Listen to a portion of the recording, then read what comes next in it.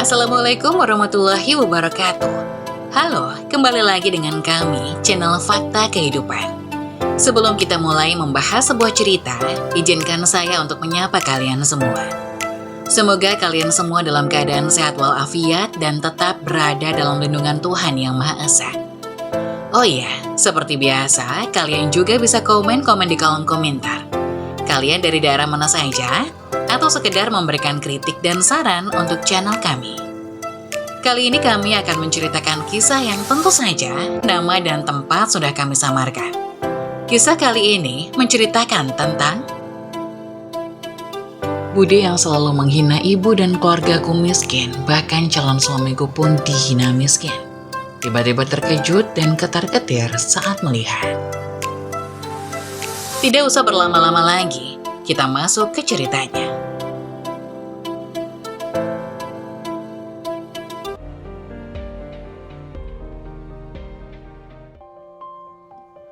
Bude yang selalu menghina ibu dan keluargaku miskin, bahkan calon suamiku pun dihina miskin. Tiba-tiba terkejut dan ketar-ketir saat melihat. Selamat ya Irma, akhirnya kamu sudah sah jadi istri orang. Ucapku yang memberikan selamat kepada Irma. Terima kasih, ngomong-ngomong cuma ngasih selamat aja nih, gak ngasih kado gitu. Celetuk Irma yang meremehkan aku. Oh, kalau kado aku nggak bawa, aku cuma bawa ini. Aku memberikan sebuah amplop kepada Irma, walaupun isinya tidak sesuai yang dia harapkan. Sudah aku tebak isinya pasti tipis. Aku tidak terlalu ambil pusing dengan ucapan Irma, karena aku sudah terbiasa diperlakukan sedemikian rupa oleh sepupuku sendiri. Irma adalah sepupuku. Dia adalah anak dari adik ibu kandungku, yakni Bisara. Kehidupan Irma denganku sangat jauh berbeda. Ia terlahir dari keluarga yang mampu, sedangkan aku hanya terlahir dari keluarga yang sederhana. Diketahui jika Mang Iwan itu adalah seorang mandor kebun sawit, jadi wajar jika kehidupan Irma sangat terjamin. Diana, sini. Aku segera menghampiri Bude Muri yang sedari tadi memanggil namaku. Ada apa Bude? Tanyaku saat sudah sampai di hadapan Bude. Tolong bantu Bude cuci piring di dapur. Bude nggak sanggup. Tapi nggak ada tapi-tapian. Lagian kamu nggak ngapa-ngapain kan? Seru Bude Murni. Bude mau ke depan dulu. Awas aja kalau nanti piring-piring ini masih kotor. Kamu tanggung sendiri akibatnya. Aku segera melaksanakan perintah Bude yang menyuruhku untuk mencuci piring. Jika tidak dilakukan secepatnya, aku berani bertaruh kalau Bude Murni akan menghinaku sesuka hatinya. Diana, ngapain kamu ada di sini? Bukannya kamu jadi pagar ayu di depan? Iya Mbak Novi, tapi aku disuruh buat cuci piring sama Bude Murni. Hah? Kok kamu malah mau sih disuruh sama Bude Murni? Sekali-kali lawan dong Diana, jangan diem aja. Sunggut Mbak Novi yang tidak terima melihatku diperlakukan seperti ini. Gak baik kalau kita melawan orang tua Mbak, aku takut dosa. Aku lihat Mbak Novi menepuk jidatnya sendiri. Mungkin dia kesal dengan jawabanku yang seperti itu. Andai saja kamu bukan adik sepupuku, mungkin sudah aku gampar bolak-balik. Aku hanya bisa tersenyum melihat ekspresi kesal kakak sepupuku yang terlihat merah padam karena menahan emosi karena ulahku yang tidak mau membela diri. Mbak Novita adalah kakak sepupuku. Dia adalah anak dari Bude Listi, kakak tertua dari ibuku. Hanya dialah satu-satunya saudara ibu yang baik hati. Tidak seperti Bisara dan Bude Murni. Sikap mereka sangat jauh berbeda dengan Bude Listi. Bude Listi tidak pernah sama sekali membanding-bandingkan kasta antara ibu dan dirinya. Meskipun Bude Listi tahu jika ibuku orang yang paling susah di antara mereka bertiga, namun Bude Listi tetap menganggap aku dan ibu sebagai saudara. Diana, diajak ngomong malah bengong, ucap Mbak Novi. Maaf Mbak, aku nggak dengar saking fokusnya cuci piring. Yaudah sini, aku bantuin biar cepat selesai. Mbak Novi langsung merebut piring yang ada di tanganku. Meskipun aku sudah berkata jangan, namun dia tetap kekeh ingin membantu. Piring-piring kotor yang tadi menumpuk sekarang sudah tercuci bersih semua. Aku dan Mbak Novi akhirnya bisa istirahat walaupun hanya sesaat. Ketika aku sedang bersantai, tiba-tiba aku dan Mbak Novi dipanggil oleh Budi Listi. Sepertinya Budi Listi ingin mengajakku dan Mbak Novi untuk berfoto. "Diana, Novi, ayo kita foto bersama," ucap Budi Listi yang datang memanggilku dan Mbak Novi. "Tapi Budi, kebayaku agak sedikit basah. Apa boleh aku ikut berfoto dengan kebayaku yang seperti ini?" seruku kepada Budi Listi. "Gak apa-apa Diana, kamu tetap cantik kok," sahut Mbak Novi. Kemudian aku mengikuti langkah kaki Mbak Novi dan Budi Listi untuk naik ke atas pelaminan. Ternyata di sana sudah pada berkumpul keluarga dari ibu untuk mengikuti sesi foto keluarga. Namun netraku mencari-cari keberadaan ibuku yang tidak terlihat ikut bergabung dengan saudara yang lainnya. "Ayo Diana," ajak Mbak Novi kepadaku. Iya Mbak." Akan tetapi saat kakiku menginjak tangga untuk naik ke atas pelaminan, tiba-tiba Irma mengusirku bagaikan sampah yang tidak berarti. "Ngapain kamu ikut? Mana kebayamu basah lagi? Mending di dapur aja sama ibumu, kamu itu gak diajak," ujar Irma dengan sombongnya. Aku pun menatap kebaya yang aku kenakan. Memang benar jika kebayaku nampak terlihat sedikit basah, karena aku baru saja menyelesaikan perintah dari Budi Murni untuk mencuci piring kotor yang berada di dapur. "Irma, kamu apa-apaan sih? Diana itu masih saudara kita. Kenapa kamu tega ngusir dia?" Mbak Novi terlihat tidak terima ketika aku diperlakukan seperti itu. "Sudah Mbak, gak apa-apa, aku mau nyusul ibu ke dapur." Tidak menunggu persetujuan dari Mbak Novi terlebih dahulu, aku langsung pergi menghampiri ibu yang katanya sedang berada di dapur. Setelah sampai di ambang pintu, aku melihat ibu yang sedang duduk di kursi plastik sambil melihat ke arah saudara-saudaranya yang tengah asik berfoto. Jujur saja hatiku sakit ketika melihat ibuku yang nampak terasingkan oleh keluarganya sendiri, hanya karena kita berbeda. "Bu, ibu gak ikut foto sama Bude?" tanyaku seraya mengusap lembut bahu ibu. Aku pun memilih duduk di bangku plastik dekat dengan ibu sambil menatap ke arah mereka yang sedang berfoto bersama. "Tidak nak, ibu tidak ingin merusak kebahagiaan mereka," sahut ibu yang membalas lembut usapan tanganku.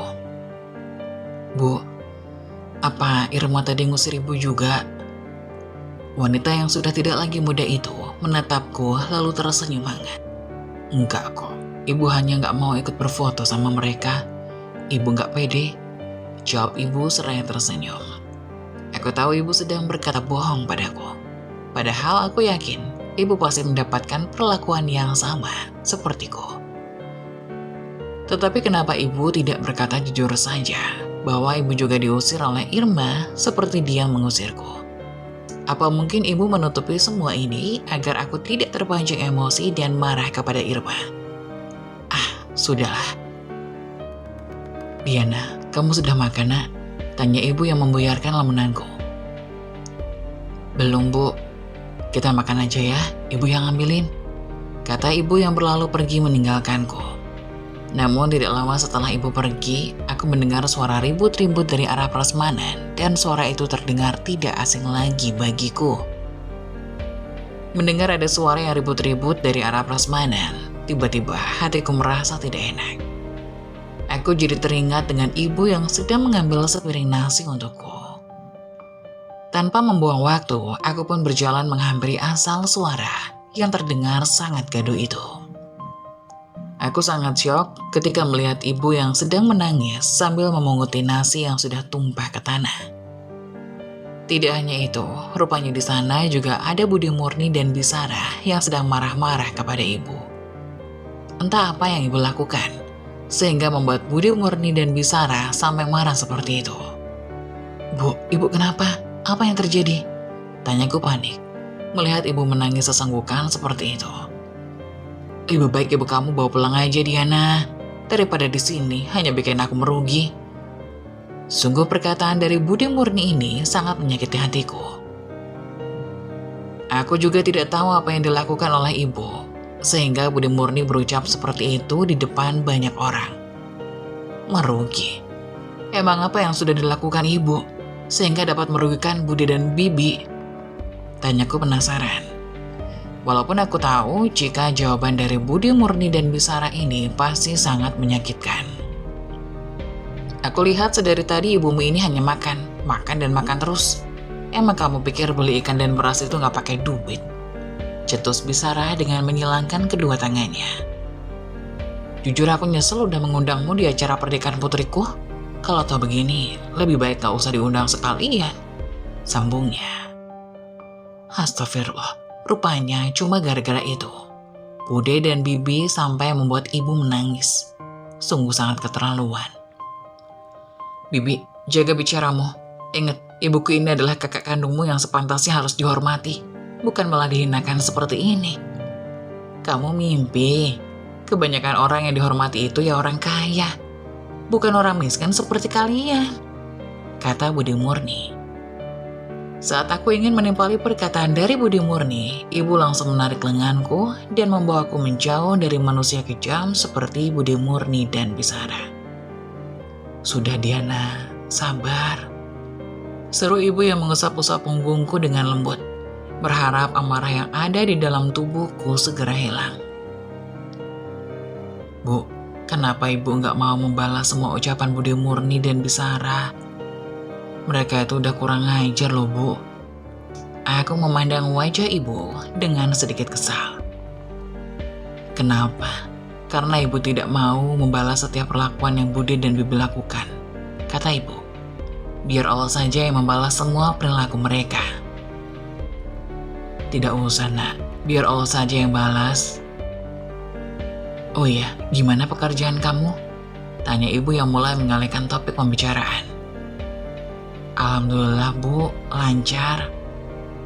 Sedang asik berbincang-bincang dengan ibu, tiba-tiba Budi Listi datang sambil membawa sepiring nasi di tangannya. Diana, Yanti, ini nasi buat kalian, ayo dimakan, kata Budi Listi yang menyuruhku dan ibu untuk segera makan. Teringat jika aku dan ibu sejak tadi belum juga mengisi perut dengan nasi maupun kue. Maaf Bude, Diana sama ibu udah kenyang, jadi Bude gak usah repot-repot buat bawain nasi untuk kita.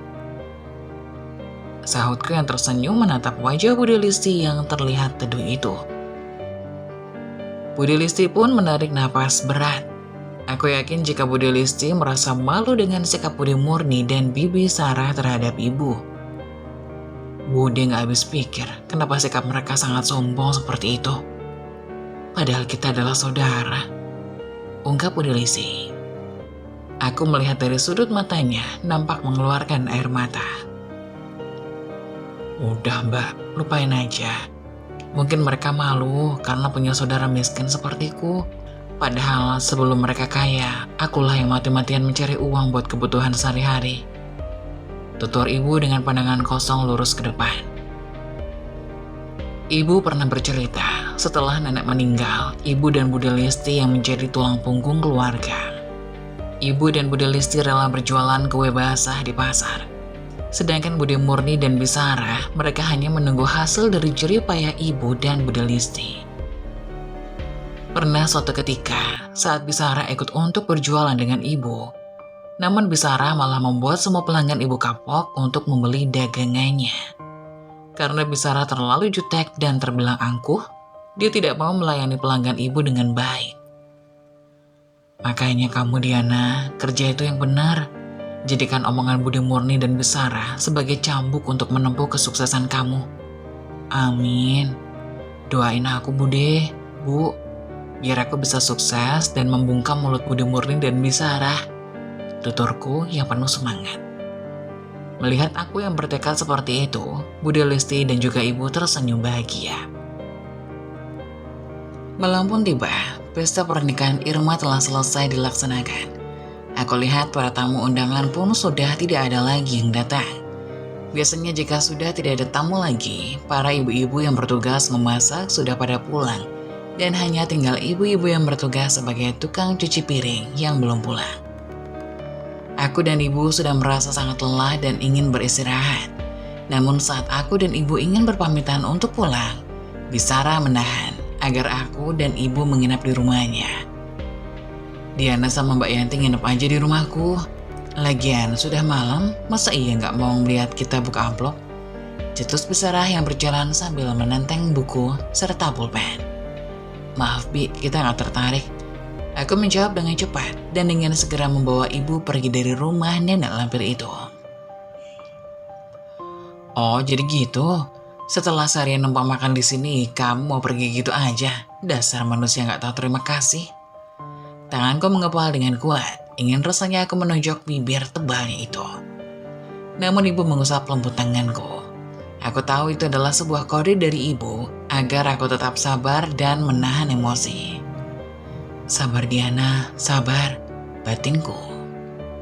Diana dan keluarganya kerap kali mendapatkan penghinaan dari saudaranya sendiri, yaitu Budi Murni dan Bisara.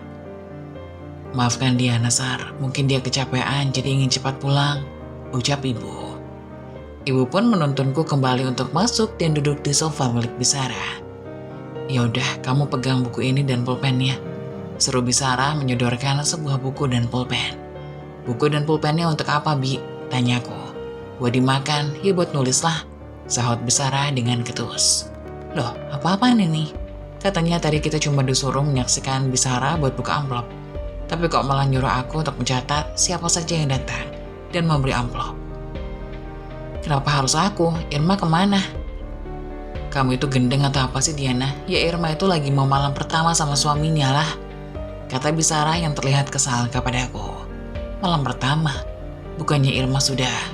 Aku tidak melanjutkan ucapanku, karena aku mendapatkan cubitan kecil dari ibu. Sudah apa?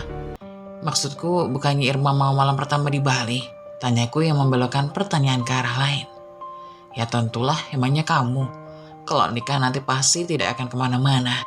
Timpal Irma yang baru saja keluar dari dalam kamarnya. Aku diam tidak menimpali perkataan Irma, karena kalau aku harus meladeni dia, aku yakin tidak akan pernah selesai. Ya udah, ayo Bi, katanya mau buka amplop. Keburu malam ini, aku ngantuk. Ya elah, gak sabaran banget sih, kata Bisara yang mengambil satu amplop pertama untuk segera dibuka. Sebelum amplop dibuka, Bisara terlebih dahulu meraba-raba amplop yang terlihat sedikit tebal itu. Sepersekian menit bibir tebalnya itu menyunggingkan senyum yang lebar. Aku yang sejak tadi menunggu merasa pegal sekaligus kesal. Kenapa? Karena amplop yang diduga isinya banyak itu belum juga dibuka oleh Bisara. Dia hanya senyum-senyum sambil memandang amplop yang isinya belum tentu besar nominalnya. Bisara, jadi nggak sih dari tadi bukannya dibuka malah diliatin aja? Gumamku kesal. Apa sih, ganggu orang lagi seneng aja. Mbak Yanti ajarin anakmu supaya bersikap sopan dong sama yang lebih tua, kata Bisara yang menatap ibu dengan ekspresi kesal. Ibu pun menatap wajahku. Aku yakin ibu pasti bakal menegurku. Diana, jangan begitu nak, seru ibu. Bisara pun langsung merobek amplop tersebut. Dia shock ketika melihat penampakan uang yang berada di dalam amplop tersebut. Apa-apaan nih? Masa kondangan cuma 20.000? Ucap Bisara. Aku tertawa dalam hati melihat uang pecahan 2.000 yang terdapat dari dalam amplop tersebut. Makanya jadi orang itu gak usah sombong. Emang enak. Apa kamu Diana, mau ngeledek? Enggak Pi. Ayo lanjut lagi. Iya, itu siapa namanya biar aku catat. Gak usah dicatat, lagian pengen enak makannya aja, isi amplopnya cuma segini, sahut Bisara. Aku hanya menggeleng mendengar keluhan dari Bisara, memang dia orangnya seperti itu. Tidak pandai bersyukur. Kali ini, amplop yang kedua adalah amplop dari Budi Murni. Kulihat Bisara menarik nafasnya karena melihat amplop pemberian dari Budi Murni sedikit tipis. Mungkin dia berpikir jika isinya akan sama dengan amplop yang pertama. Mana isinya? Ini amplop kosong, ucap Bisara kesal. Terlihat jika dadanya naik turun. Mbak Murni, panggil Bisara kepada Budi Murni yang sedang berada di dapur. Tidak lama, Budi Murni pun datang menghampiri Bisara dengan membawa seperti kue basah sisa hajatan. Ada apa sih Sar? Gak usah teriak-teriak begitu. Mbak kamu ini gak tuli, seru Budi Murni. Gimana aku gak mau teriak-teriak? Lihat nih, tunjuk Bisara pada amplop yang kosong melompong. Apa maksudnya ini? Kenapa kosong? Tambahnya.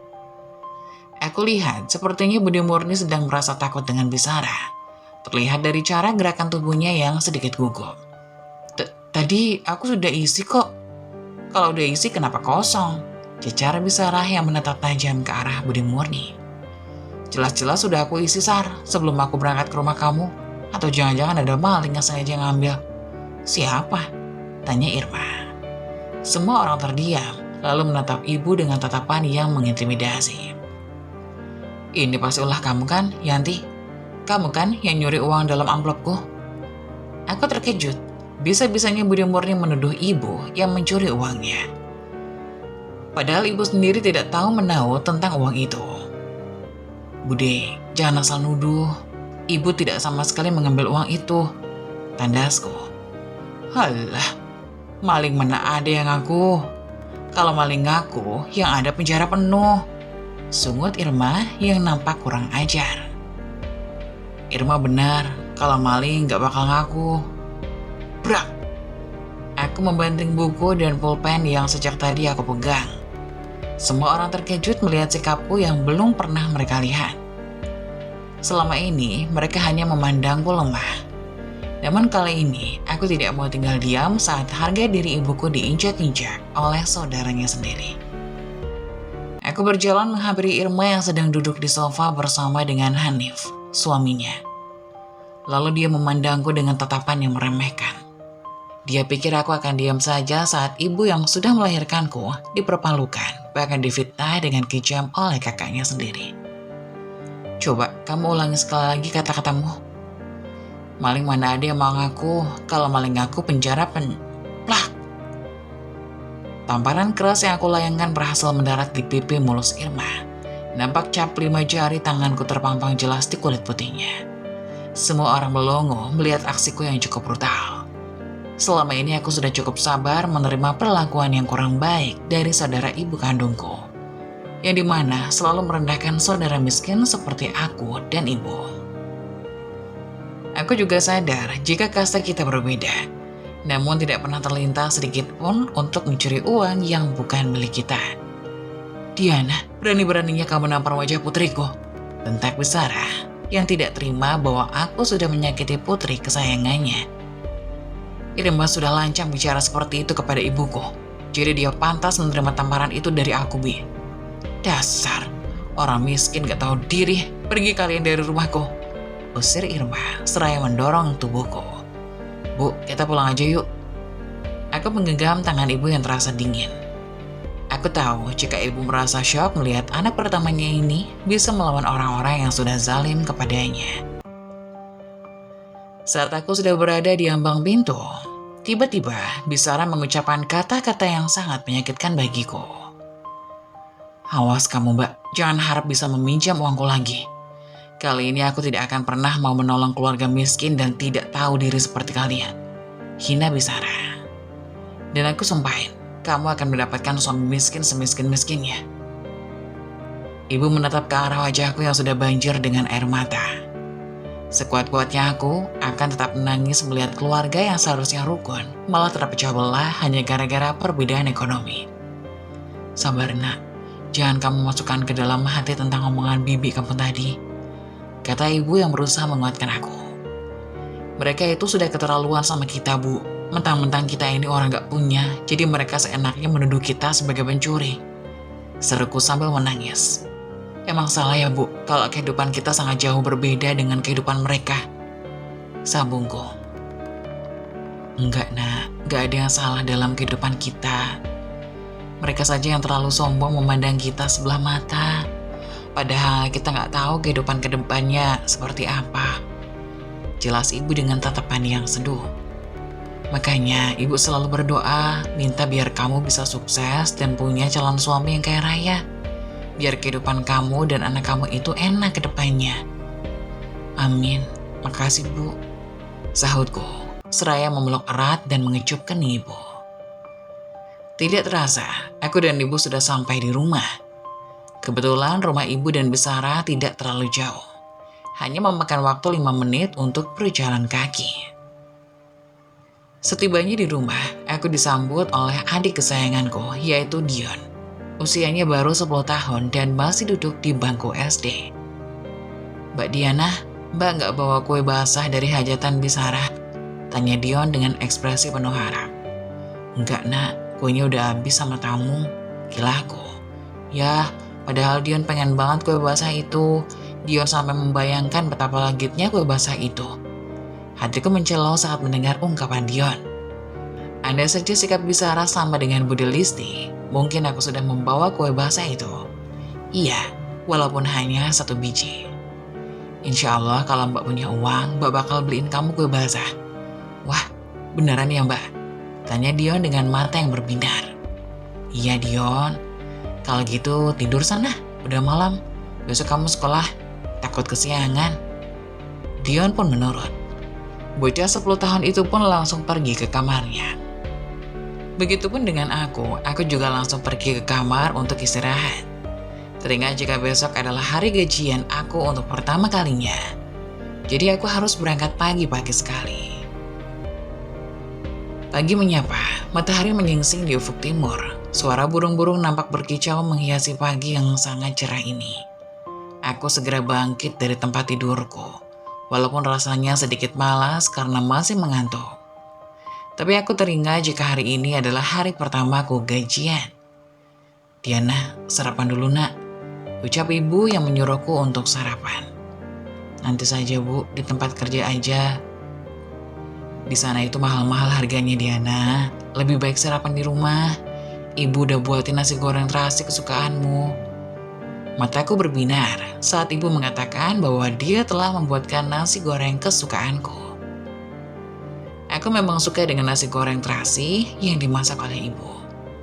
Bukan hanya rasanya saja yang nikmat dan gurih, namun ibu telah memasaknya dengan penuh cinta dan kasih sayang. Aku segera ikut duduk di lantai yang beralaskan tikar. Di sana rupanya sudah ada Bapak dan juga Dion yang telah menikmati nasi goreng buatan ibu. "Yang banyak Diana makannya, biar badan kamu besar," celetuk Bapak sambil tersenyum. "Emang badan Diana ini kurus ya Pak? Perasaan gak kurus-kurus banget ah," sahutku sambil menatap ke arah lengan kanan kiriku. Mbak, Bapak dipercaya, Bapak itu cuma bercanda." "Ih, Bapak mah," ujarku seraya mengerujutkan bibir. "Sudah, ayo makan, nanti kamu kesiangan nak," kata ibu. Saat kami sedang menikmati sarapan, tiba-tiba ada seseorang yang menggedor-gedor daun pintu rumahku. "Yanti, keluar kamu Yanti." Aku dan keluargaku yang sedang sarapan pun seketika terkejut mendengar suara teriakan dari seseorang yang berada di luar rumah. Aku yang baru saja selesai menyantap sarapan langsung berdiri dan membuka pintu. Ingin tahu siapa yang ingin mengacaukan ketenangan orang lain. "Biar aku saja Bu yang buka pintu," ujarku pada ibu yang terlihat hendak berdiri dan membukakan pintu. Tetapi aku tahan. Aku hanya takut jika akan terjadi sesuatu pada ibuku. Setelah pintu terbuka, rupanya yang datang itu adalah Bu Lastri, pelanggan setia ibu di pasar. Namun aku heran dengan sikap Bu Lastri yang terlihat sangat marah ketika memanggil nama ibu. Entah apa yang membuat Bu Lastri terlihat marah seperti itu, padahal dia itu dikenal sebagai orang yang jarang membuat huru-hara. "Mana si Yanti? Suruh dia ke sini," kata Bu Lastri yang marah. Setelah melihat akulah yang membuka pintu, bukan ibu. "Maaf Bu, ada masalah apa?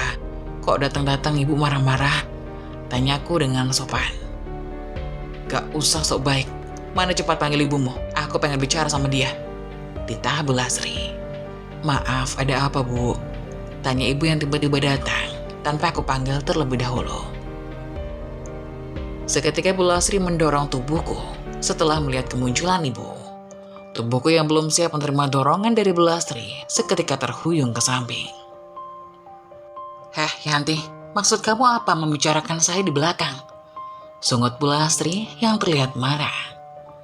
Kulihat ekspresi wajah ibu sedikit bingung dengan apa yang dikatakan oleh Bu Lastri. "Maksud ibu apa? Maaf saya nggak mengerti Bu."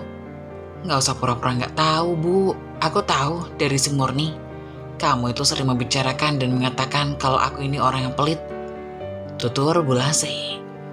"Oh, Rupanya Bu Lastri sudah kemakan omongan Budi Murni. Pantas saja Bu Lastri sampai marah-marah dan menuduh ibu seperti itu. Awas saja kamu Bude. Maaf Bu Lastri, saya tidak pernah membicarakan ibu kepada siapapun. Bu Lastri kan tahu sendiri kalau saya itu sibuk di pasar. Tidak ada waktu untuk membicarakan keburukan orang lain. Selora ibu dengan tenang. Iya Bu Lastri jangan percaya sama omongan Budi Murni. Budi Murni itu suka ngelantur, sahutku yang ikut nimbrung dengan obrolan antara ibu dan Lastri. Bagaimana saya nggak mau percaya kalau budi kamu itu sampai bersumpah menyebut nama Allah. Kalau ibu kamu itu membicarakan saya yang bukan-bukan. Ya Allah, bisa-bisanya Budi Murni menfitnah ibu sambil bersumpah menyebut nama Allah. Apa dia nggak takut kena azab? Ya sudah, sekarang itu permasalahannya sudah selesai Bu. Kalau ibu saya itu tidak membicarakan tentang kejelekan Bu Lastri, jelasku. Terlihat ada rasa bersalah dari wajah Bu Lastri karena sudah membuat huru-hara sepagi ini. Lagian, aku ingin tahu bagaimana cara Budi Murni menghasut Bu Lastri. Sampai-sampai pelanggan ibu ini sangat marah dan rela melabrak ibu sepagi ini. Sungguh aku tidak habis pikir, kenapa ibuku ini bisa mempunyai kakak kandung seperti Budi Murni yang jelas sikap dan perilakunya sangat berbeda. Maafkan saya Yanti. Diana, saya cuma kebawa suasana aja, ujar Bu Lastri yang menggenggam tangan ibu. Dan sebagai tanda permintaan maaf saya akan memborong semua jualan sayur ibu. Tambahnya, aku dan ibu saling pandang, tidak menyangka di balik peristiwa ini ternyata terselip rezeki yang tidak terduga. Aku yakin kalau Budi Murni mendengar ini, dia pasti akan syok. Terima kasih Budi, berkat Budi jualan ibu diborong sama Bu Lastri. Batinku yang tidak henti-hentinya mengucap rasa syukur. Ya, yang benar Bu, jualan sayur saya itu nggak sedikit loh Bu. Ibu yakin mau memborong semuanya? Tanya ibu untuk memastikan jika ucapan Bu Lastri ini sungguhan. Benar Yanti, kebetulan kerabat saya yang di luar kota bakal datang ke sini. Jadi sekalian aja. Masya Allah, terima kasih Bu Lastri. Saya benar-benar ketiban rezeki nih. Sungguh, aku sangat bahagia melihat ibu tersenyum seperti itu. Rasanya sudah lama sekali aku tidak pernah melihat ibu tersenyum bahagia. Biasanya, aku hanya melihat ibu yang selalu duduk termendung, entah apa yang ia pikirkan. Ibu selalu menyembunyikan sesuatu dan tidak mau bercerita tentang apa yang ia rasakan. Kalau gitu, saya pamit ya Bu. Belanjaannya biar anak saya yang ambil. Iya Bu Lastri, sekali lagi terima kasih banyak. Bu Lastri hanya mengangguk sambil tersenyum. Setelah itu ia pergi, meninggalkan kami yang sedang merasa bahagia. Ya Allah Bu, alhamdulillah rezeki ibu ini, kataku yang memeluk erat tubuh ibu. Iya Diana, alhamdulillah. Saat ibu yang membalas pelukanku. Iya, bukannya kamu mau pergi kerja, ini udah jam berapa? Aku tersentak ketika mendengar ucapan ibu. Kemudian aku melihat ke arah jam yang melingkar di tangan kiriku. Ternyata waktu sudah menunjukkan pukul 7 pagi, yang berarti aku sudah telat 1 menit dari waktu yang sudah ditentukan. Astagfirullah, aku udah telat 1 menit Bu. Ya udah sana pergi, jangan sampai atasan kamu marah dan kamu dipecat dari pekerjaan kamu. Ya sudah, kalau begitu aku pamit. Assalamualaikum. Tidak menunggu waktu lama, aku pun segera pergi meninggalkan sepeda motor bututku. Kupacu kendaraan roda 2 itu dengan kecepatan tinggi. Karena aku tidak mau sampai dipecat dari pekerjaanku. Ya Allah, mudah-mudahan aku tidak dipecat karena telat. Saat aku sedang lengah, tiba-tiba ada seseorang pria yang tidak aku ketahui dari mana datangnya melintas di depan kendaraan yang aku tumpangi. Maka hal yang sejak tadi aku hindari kini terjadi juga. Brak! Aduh, tolong! Tabrakan pun tak bisa kuhindari. Aku mencoba berdiri dengan sekuat tenagaku karena kaki kananku yang tertindih badan motorku. Aku mencari-cari keberadaan pria yang tadi aku tabrak. Rupanya pria itu tergeletak tidak sadarkan diri dari bahu jalan. Untungnya, pria yang aku tabrak itu kepalanya tidak terhantam trotoar. Andai saja kepalanya menghantam trotoar dan mengeluarkan banyak darah, tamatlah riwayatku. Sialnya, jalanan saat ini sangat sepi. Orang yang biasanya berlalu lalang kini mendadak tidak ada. Aku yang kesulitan untuk bergerak pun berusaha untuk mengeluarkan kakiku yang terhimpit motor. Setelah beberapa menit, aku pun berhasil mengeluarkan kakiku yang terjepit. Walaupun harus sedikit mengeluarkan banyak tenaga. Ya Allah, kakiku sakit, kataku sambil memegang kakiku yang terlihat membiru karena memar. Meski sakit, aku berusaha untuk bangkit menghampiri pria yang umurnya sekitar 28 tahunan itu. Dengan langkah yang tertatih-tatih, akhirnya aku bisa menghampiri pria itu. Mas bangun mas, seruku yang berusaha menyadarkannya dari pingsan. Mas, bangun. Ya Allah, aku harus bagaimana ini? Sambungku bingung. Aku sedikit bingung, bagaimana caranya supaya bisa segera membawa dia ke rumah sakit. Pikiranku saat ini sedang kalut karena takut jika pria yang aku tabrak ini tidak tertolong. Saat pikiranku tidak karuan, tiba-tiba ada orang yang berteriak sambil memanggil dengan sebutan kakak. Kakak, ucap orang itu. Karena penasaran, aku pun menoleh ke sumber suara yang ada di belakangku itu. Terlihat ada seorang wanita cantik usianya sekitar 17 tahun berlari ke arah kami. Kak, bangun kak, Tania janji gak akan nakal lagi, tapi kakak harus bangun. Setelah mengatakan itu, wanita cantik bermata sipit tersebut menoleh ke arahku sambil berlinangan air mata. Jujur saat ini aku pun takut disalahkan, karena ini memang kesalahanku yang lalai dalam berkendara. Maka dari itu, aku takut jika dibawa ke kantor polisi. Mbak, saya minta maaf, saya akan tanggung jawab kok mbak. Aku memohon dengan wanita yang usianya di bawah usiaku. Aku berharap agar wanita itu mau memaafkanku agar tidak melaporkan kepada pihak yang berwajib. Mbak, namanya siapa? Aku sedikit bingung karena wanita ini menanyakan namaku atau jangan-jangan dia akan. Nama saya Diana, jawabku dengan terbata-bata. Aku pun tersenyum dengan membalas jabatan tangannya. Mbak, saya minta maaf mbak, saya akan tanggung jawab tapi tolong jangan laporkan saya ke polisi ya, kataku sambil memohon. Soal itu nanti akan saya pikirkan lagi, mbaknya gak apa-apa kan? Aku menggeleng, walaupun saat ini sebenarnya kakiku sangat terasa sakit. Anehnya kenapa dia gak marah-marah seperti yang ada di adegan sinetron ya? Atau jangan-jangan dia pura-pura baik, lalu setelah itu aku diseret ke kantor polisi. Ah, ibu tolong aku, ucapku dalam hati. Serius mbak, tadi saya lihat kaki mbak terlihat memar, ucap Tania yang mendekat sambil melihat kakiku. Gak apa-apa mbak, kaki saya hanya memar dikit, sebaiknya mbak segera bawa dia ke rumah sakit, takutnya dia mengalami cedera serius. Lebih baik mbak juga ikut saya. Dek. Perasaan dan pikiranku pun tidak karuan, sehingga jantungku pun berdetak begitu cepat. Membayangkan sebentar lagi aku akan dibawa ke kantor polisi. Ya Allah, gimana ini? Dia nyuruh aku ikut, apalagi kalau bukan buat melaporkanku, batinku. Mbak, hei, kok bengong? Tidak mbak, saya nggak apa-apa, jawabku. Tanpa bertanya lebih jauh lagi, Tania langsung melambaikan tangannya ke arah mobil yang berwarna hitam itu. Aku yakin pasti dia orang kaya yang meminta bantuan kepada sopirnya untuk membawa pria tersebut. Tidak lama setelah Tania melambaikan tangannya, tiba-tiba datanglah seorang pria yang seumuran dengan bapakku menghampiri kami. Ada apa non? Tanya pria itu yang diduga sopir dari Tania. Pak, tolong bantu saya bawa Kak Rian ke rumah sakit. Dia pingsan setelah ditabrak sama mbak ini. Aku gelagapan saat Tania menunjukku bahwa aku yang menabrak kakaknya. Kemudian bapak itu langsung membawa pria itu ke dalam mobilnya. Ayo mbak, ikut sama saya, ajak Tania.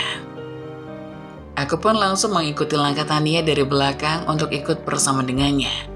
Saat ini aku hanya bisa pasrah jika wanita itu akan menjebloskan aku ke penjara. Lagian, memang aku yang salah karena tidak hati-hati dalam berkendara. Kini aku dan Tania sudah berada di rumah sakit besar yang ada di Surabaya. Pria itu langsung dibawa ke ruang UGD untuk segera mendapatkan perawatan. Ayo mbak masuk. Nggak usah mbak, saya nggak apa-apa kok. Jawabku yang menolak ajakan Tania yang menyuruhku untuk diperiksa juga. Ya udah, kamu tunggu di sini dulu ya. Aku mau urus administrasinya dulu. Tania pun langsung meninggalkanku yang duduk seorang diri. Saat aku sedang duduk, tiba-tiba aku melihat Irma dengan suaminya datang ke rumah sakit ini juga. Loh, itu kan Irma. Mau ngapain dia? Apa dia lagi sakit? Tapi kok kelihatannya segar-segar aja. Tapi tunggu dulu, pria itu siapa? Setauku bukan suaminya. Karena penasaran, aku pun mencoba mengikuti Irma, namun Tania lebih dulu memanggilku. Mbak, mau kemana? Saya mau ke toilet sebentar. Oh ya udah, silakan Mbak. Akan tetapi saat melihat kembali, Irma dan pria tak dikenal itu sudah tidak ada. Sial, aku kehilangan jejak, kataku kesal. Aku kembali menghampiri Tania. Mbak, saya minta maaf karena sudah menabrak pria itu. Gak apa-apa mbak, malah saya yang berterima kasih sama mbak. Aku terkejut bukan main. Di mana-mana orang tertabrak itu pasti akan marah, bahkan sampai ngamuk. Tapi mbak ini kenapa malah bilang terima kasih? Wah, pasti ada yang gak beres nih. Maksudnya apa mbak? Saya gak ngerti. Tania terlihat membetulkan posisi duduknya sambil tersenyum. Jadi gini mbak, kakak saya itu frustasi habis diputusin sama ceweknya. Dia berusaha menabrakkan dirinya ke mobil yang lagi melaju kencang. Untung ada mbak yang lewat, jadi kakak saya nggak jadi menabrakkan dirinya ke mobil. Jelas Tania. Jadi mbak nggak bakal ngelaporin saya ke polisi kan? Tanyaku. Tania menggeleng. Enggak mbak, kakak saya cuma pingsan aja kok, nggak ada luka serius. Aku menarik nafas lega. Akhirnya bayang-bayang menyeramkan itu tidaklah benar. Alhamdulillah. Memangnya mbak gak mau diperiksa dulu? Takut ada luka serius mbak? Kata Tania. Enggak mbak, saya gak apa-apa. Kalau begitu saya pamit ya mbak, permisi. Kataku yang melangkah pergi meninggalkan rumah sakit. Setelah keluar dari rumah sakit, aku teringat dengan motor butut kesayanganku. Aku sempat ketar-ketir meninggalkannya di jalan. Aku hanya takut motor pemberian bapakku itu diambil sama orang lain. Astagfirullah, motorku. Bapak pasti marah kalau motor itu hilang, kataku panik. Bagaimana tidak, hanya motor itu satu-satunya barang berharga bagi keluargaku. Walaupun butuh, tapi motor itu sangat berjasa dalam kehidupanku dan keluargaku. Saat aku akan melangkah untuk menjemput motor itu di tempat kejadian tadi, lalu tiba-tiba Tania memanggil namaku. Mbak Diana, ada apa? Sambil aku menoleh ke arah Tania. Motor mbak ada di parkiran rumah sakit. Tadi orang suruhan saya yang membawa ke sini. Alhamdulillah ya Allah. Terima kasih mbak. Aku pun langsung berjalan menuju tempat parkir untuk mengambil motor kesayanganku. Terlihat motor bututku parkir di barisan motor-motor yang mahal. Aku pun langsung segera menghampirinya dan melaju menuju tujuanku pergi ke tempat kerja. Tidak lama kemudian, aku langsung sampai di tempat kerjaku. Aku bekerja di sebuah restoran yang bernuansa Turki, yang dimana restoran itu cukup terkenal dengan hidangan masakan khas Timur Tengah. Di restoran ini aku bekerja sebagai pelayan. Walaupun gajiku nggak seberapa, tapi aku masih bisa mencukupi keluargaku. Saat aku masuk ke dalam restoran, aku tidak melihat pegawai lainnya. Aku cukup bingung dan perasaanku campur aduk dengan pikiran-pikiranku yang kemana-mana. Diana, kamu kemana aja? Ditungguin sama bos juga, baru nongol. Eka yang baru keluar dari ruangan bos langsung memarahiku dan segera menyuruhku untuk masuk ke dalam ruangannya. Aku takut diomelin kak. Salah kamu, kenapa telat coba? Aku tadi kecelakaan di jalan nih kak, lihat tuh kakiku bengkak. Wanita itu langsung melirik ke arah kakiku yang membengkak dan membiru. Ya ampun, kamu gak apa-apa? Tanya Eka yang terlihat panik. Gak apa-apa kok, aman. Ya udah, aku masuk dulu ya. Aku pun langsung masuk ke ruangan bos. Eka adalah sahabat dekatku di tempat bekerja. Walaupun orangnya agak ketus, tapi dia baik dan selalu menolongku saat aku susah. Permisi pak, maaf saya telat. Ucapku yang baru saja masuk ke dalam ruangan bos. Ini sudah jam berapa Diana? Setengah jam loh kamu telatnya. Ngapain aja sih di jalan? Saya habis kena musibah pak. Saya habis nabrak orang. Jawabku sambil menunduk. Alasan? Saya tidak mau dengar alasan apapun dari kamu ya. Ini uang gaji kamu yang terakhir. Aku menatap menarik ke arah amplop yang berwarna coklat itu. Maksud bapak saya dipecat? Tanyaku dengan suara bergetar. Kamu itu karyawan baru, kenapa kamu tidak bisa profesional dan disiplin? Jadi dengan sangat berat hati, saya pecat kamu. Jelasnya. Tapi pak, ini murni kecelakaan, tolong jangan pecat saya pak. Diana, kamu tahu kan jalan keluar dari ruangan saya? Dadaku sesak saat tahu kenyataan ini. Aku teringat ibu, bapak, dan Dion. Mereka semua sangat mengharapkan pekerjaan ini. Karena pekerjaan ini, aku bisa membantu untuk membiayai sekolah Dion. Maafkan aku bu, aku sudah gagal untuk jadi anak pertama yang seharusnya membuat ibu dan bapak bahagia. Batinku menangis. Singkat cerita, sebulan sudah berlalu. Aku pun menganggur dan hanya bisa membantu ibu berjualan sayur di pasar. Tak sengaja ketika aku melihat seorang wanita yang tidak asing bagiku menghampiri dagangan ibu. Mbak Diana ya? Tanya wanita itu. Tania? Ya Allah, kita ketemu lagi. Iya Mbak Diana apa kabar? Kok nggak berangkat kerja? Bukannya waktu itu buru-buru mau berangkat ya? Iya Tan, karena telat aku jadi dipecat bos. Astagfirullah, emang Mbak nggak jelasin kejadiannya? Udah, tapi tetap aja dia nggak mau terima alasan apapun dariku. Mbak kerja di mana emang kemarin? Di restoran besar itu loh, deket hotel tingkat 12 itu. Oh alas, di situ. Oh ya maaf ya mbak, gara-gara kakakku mbak sampai kena pecat. Ujar Tania. Gak apa-apa, mungkin emang belum rezekinya. Oh ya mbak, kalau Mbak Diana kerja di perusahaan papaku aja gimana? Nanti aku kenalin deh ke papa. Hitung-hitung sebagai permintaan maaf kakak saya yang udah sembarangan ngebut di jalan. Sampai Mbak dipecat dari pekerjaan Mbaknya. Hah? Beneran Mbak? Emang gak ngerepotin?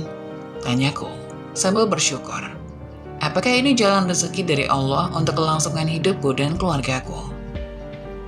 Ya enggak lah Mbak, malah Mbak yang udah bantu kami. Tapi saya cuma lulusan SMK, apa saya bisa masuk perusahaan? Bisa Mbak, kalau cuma sekedar ngeprint dan fotokopi Mbak bisa kan? Oh itu mah saya bisa. Jawabku sumringah. Kami pun saling bertukar nomor WhatsApp untuk saling mengabari kelanjutan pekerjaanku. Keesokan harinya, Tania pun mengirimkan Sherlock agar aku bisa segera datang ke perusahaan papanya itu. Tanpa berlama-lama, aku langsung mengikuti arah Google Maps itu. Sesampainya di sana, aku tidak mengenal siapapun dan tak lama kemudian Tania datang memanggilku dari belakang. Mbak Diana? Iya Mbak Tania. Jangan panggil aku mbak dong, aku masih anak sekolah. Tapi kamu gak sekolah? Tanyaku. Iya, hari ini libur. Soalnya gurunya mau ada rapat komite, jadi semua siswa yang diliburkan. Oh alah, gitu toh. Yaudah masuk yuk mbak, aku kenalin ke papaku. Sesampainya di dalam kantor, aku pun terkejut. Ternyata kantor orang kaya sebesar ini ya. Luar biasa dan estetik. Bikin karyawannya betah di kantor. Tok tok tok. Masuk, kata Papa Tania yang ada di dalam ruangannya. Hai Paps, ini temen aku, namanya Mbak Diana yang aku ceritain ke Papa kemarin itu loh. Oh Mbak Diana, silakan duduk dulu. Jadi gini, Tania sudah cerita semua tentang kamu kepada saya.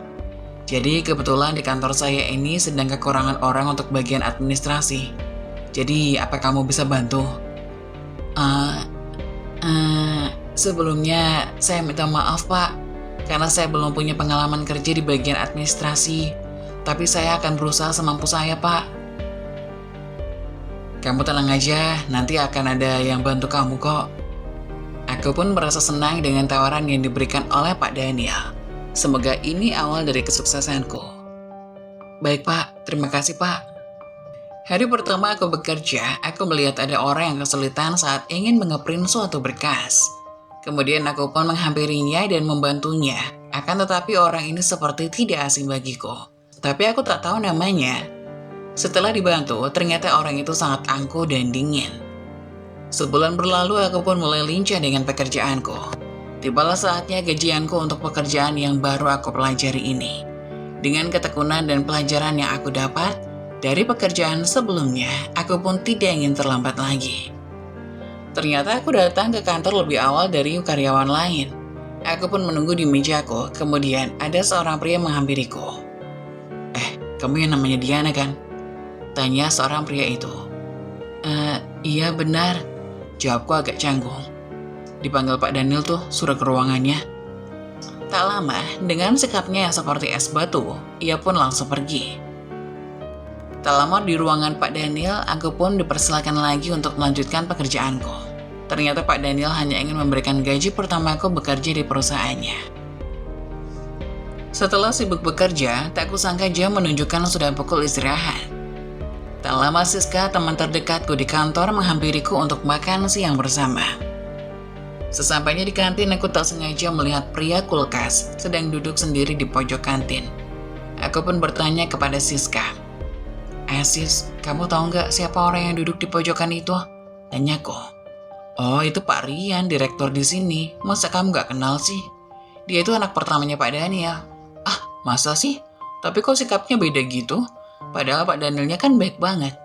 Iya, dulu juga Pak Rian baik kok. Semenjak dia putus sama pacarnya aja, sikapnya berubah 180 derajat. Berarti dia kakaknya Tania dong. Loh, kamu kenal Tania?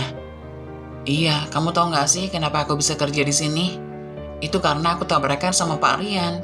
Sampai aku dipecat dari pekerjaanku sebelumnya. Nah, abis itu tiba-tiba ketemu lagi sama Tania. Kebetulan papanya lagi nyari karyawan. Jadi karena aku dipecat gara-gara telat masuk kerja, dia merasa bersalah dan dimasukin ke perusahaan ini. Oh alah, kayaknya emang rezeki kamu di sini deh Diana, ucap Siska terheran-heran. Tapi Pak Rian itu ganteng banget tau, kata Siska lagi, terkagum-kagum. Ideh, ganteng dari mananya? Orang kulkas 10 pintu gitu, bego banget, ucapku sambil tersenyum sinis. Kamu jangan gitu, ntar jodoh baru tahu loh, kata Siska ngeledek. Singkat cerita, 5 tahun pun berlalu.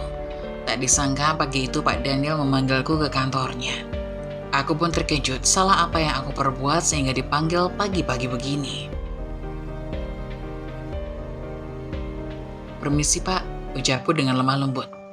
Ya, silakan masuk, perintah Pak Daniel. Ada yang bisa saya bantu Pak? Tanyaku pada Pak Daniel. Tak lama kemudian datanglah Tania dan istri Pak Daniel yaitu Ibu Widya. Aku pun bingung ada apa ini. Apa yang terjadi? Kenapa tumben sekali Tania dan Ibu Widya ke kantor? Baik, langsung saja ya Mbak Diana. Jadi gini, sebenarnya anak saya Rian sudah membaik dari depresinya. Sekarang dia telah menemukan pujian hatinya, ucap Pak Daniel.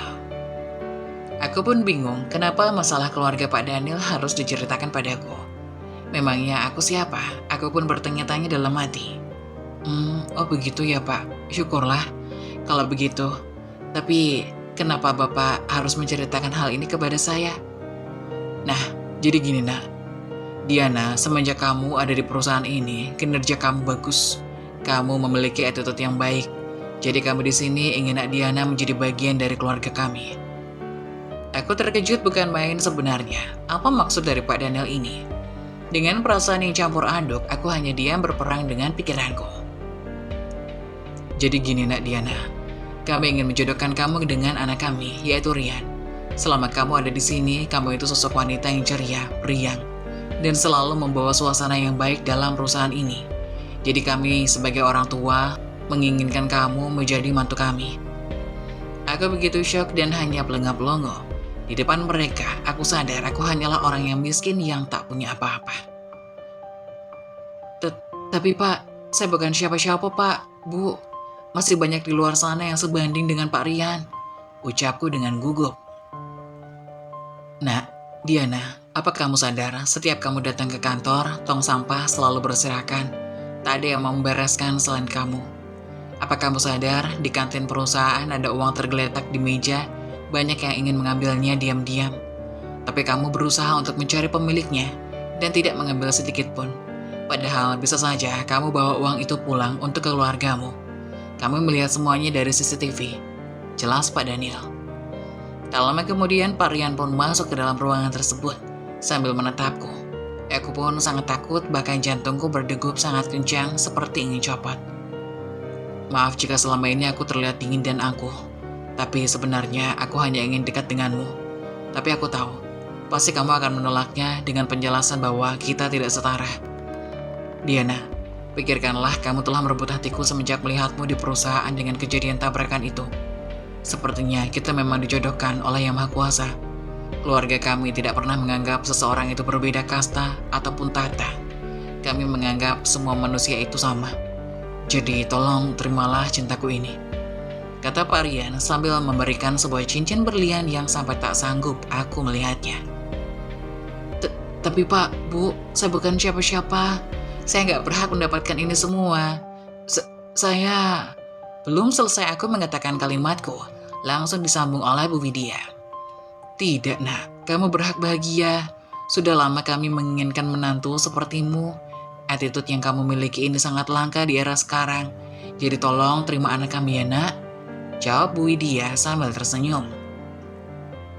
Maaf Pak, bukannya saya nggak mau, tapi pasti cincin itu sangat mahal dan tidak cocok untuk orang seperti saya. Diana, aku sudah bilang, keluarga kamu tidak memandang tahta dan kedudukan manusia. Kami serius di sini. Ayo, Kak Diana, terima ya cintanya Kak Rian. Nanti dia kabur lagi loh, ucap Tania membuyarkan ketegangan. Kalau memang Pak Rian serius, mohon maaf, tapi saya harus memberitahu keluarga saya terlebih dahulu. Stop, jangan panggil saya Pak lagi, panggil saja Mas. Baik Mas Rian, jika Mas Rian sekeluarga benar-benar yakin dengan saya, silakan datang ke rumah saya. Tapi mohon maaf, rumah saya sangat jelek. Kami tidak peduli saat ini rumahmu mau jelek atau apapun. Setelah menikah akan saya renovasi. Pekan ini saya dan keluarga akan mampir ke rumahmu, ujar Rian penuh keyakinan. Entah mimpi apa aku semalam, mengapa tiba-tiba sekali aku merasakan perasaan yang sangat amburadul seperti ini. Di sisi lain aku merasa malu dan tidak pantas. Akan tetapi di sisi lain aku senang. Ternyata Allah memberikan jalan rezekiku dari calon suamiku. Haruskah aku bersujud syukur saat ini? Tapi tidak jika mereka bersungguh-sungguh. Pekan ini mereka pasti mendatangi rumahku.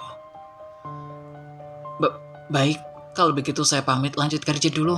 Karena sebentar lagi sudah mendekati jam pulang, permisi. Aku pun keluar dari ruangan itu dengan rasa yang campur aduk. Seketika semua karyawan memandang ke arahku sambil tersenyum. Cie, yang mau jadi calon istri direktur? Ucap Siska teman terdekatku. Loh, kok kamu tahu? Tahu lah, orang tiap hari Pak Rian ngeliatin elu bulus sambil senyum-senyum. Jawab Siska sambil tertawa kecil. Mukaku memerah karena malu dengan semua karyawan yang ada di sana. Mereka semua mengucapkan selamat kepadaku. Aku pun mengelak dan mengalihkan pembicaraan dengan membahas jam yang sudah waktunya pulang. Saat aku bersiap-siap akan pulang, Rian pun menghampiriku. Aku antar ya, ucapnya sambil menarik tanganku. Aku pun merasa senang tapi malu. Sesampainya di rumah, orang tuaku terkejut dan bertanya-tanya. Diana, kamu pulang sama siapa? Ibuku membuka suara. Assalamualaikum Bu, kenalin saya Rian, teman kerjanya Diana. Waalaikumsalam nak, ayo masuk.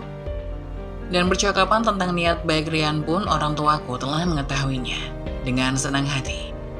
Akhir pekan pun tiba, ternyata di pembahasan Rian dan orang tuaku kemarin tak hanya sekedar lamaran, tapi akan langsung menggelar pernikahan di sebuah gedung besar dengan mewah dan meriah. Undangan pun telah disebar. Budi Murni pun seperti biasa hanya bisa menjelekkan aku dan keluargaku. Begitu juga dengan Bisara. Tapi tidak dengan Budi Listi. Hanya keluarga Budi Listi yang bahagia menyambut pernikahanku. Singkat cerita, pernikahanku dan Mas Rian pun dilaksanakan. Dengan sombongnya Budi Murni menjelekkan keluargaku dengan menfitnah bahwa acara mewah ini hasil pinjaman online ataupun semacamnya. Budi Murni dan Bisara terus membicarakan keburukan keluarga kami, padahal itu tidak benar. Seketika Budi Murni dan Bisara mendekati ibuku. Yanti, dapat dari mana kamu uang sebanyak ini? Tanya Budi Murni sambil sinis. Paling juga minjem di bank. Tapi kan kalau di bank harus ada jaminan. Paling juga pinjol. Ucap Bisara sambil tertawa terbahak-bahak. Tak lama, acara akad pun akan segera dimulai. Lagi-lagi Bisara dan Budi Murni membicarakanku. Halah, paling mas kawinnya cuma dikit. Iya, paling juga cuma 20.000. Hampir saja mereka membuatku mengamuk, akan tetapi tidak mungkin aku mengamuk di acaraku sendiri. Biar nanti mereka saksikan sendiri kebenarannya. Acara akad pun dimulai saat calon suamiku mengeluarkan mas kawin yang aku pun kaget. Dan baru pertama kali aku melihat uang sebanyak itu menumpuk di depan mataku yang berjumlah 5 miliar rupiah. Sehingga membuat mata Bisara dan Budi Murni membungkam. Dan saat MC menjelaskan bahwa calon suamiku adalah direktur dan ayah mertuaku itu orang yang sangat terpandang yang memiliki perusahaan di berbagai cabang kota yang ada di Indonesia. Seketika Budi Murni dan Bisara pun hanya bisa melongo mendengarnya. Makanya jangan suka ngehina atau merendahkan orang lain, kemakan omongan sendiri kan? Kata Budi Listi menjelaskan kepada Budi Murni dan Bisara. Setelah akad selesai, Budi Murni langsung berlagak sok baik kepada ibuku. Begitu juga dengan Bisara. Ketika sesi berfoto keluarga tiba, aku pun tidak ingin Budi Murni dan Bisara ikut di dalam sesi foto. Karena aku ingat betul, di mana saat itu aku merasa menjadi sampah tak berguna yang diusir dan dicaci maki seremeh itu. Aku hanya mengajak Budi Listi dan Mbak Novi sekeluarga saja, tanpa menghiraukan keluarga Budi Murni, Irma, dan juga Bisara. Akan tetapi, ibuku tidak mengajarkanku untuk balas dendam. Dan akhirnya, di sesi foto terakhir, ibuku mengajak semua saudaranya, termasuk Budi Murni dan Bisara, yang sering mencaci maki kami. Entah terbuat dari apa hati ibuku ini. Setelah menikah, ternyata suamiku sangat menyayangiku dengan hangat. Tidak sedingin yang aku tahu dulu. Aku pun hidup bahagia dan sangat diratukan oleh suamiku. Karena suamiku, aku bisa mengangkat derajat orang tuaku. Demikianlah kisah dari salah satu subscriber kita. Bagaimana menurut kalian? Silahkan komen di kolom komentar ya.